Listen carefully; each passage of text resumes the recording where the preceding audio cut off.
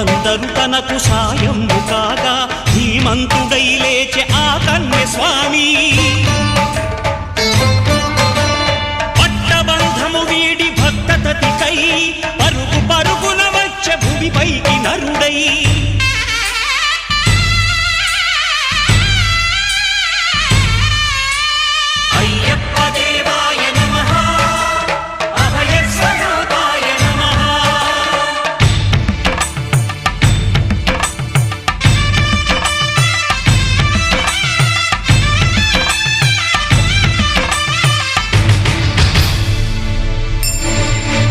ఘోరకీకారణ్య సంసార యాత్రికుల శరణు ఘోషలు విని రోజు శబరీష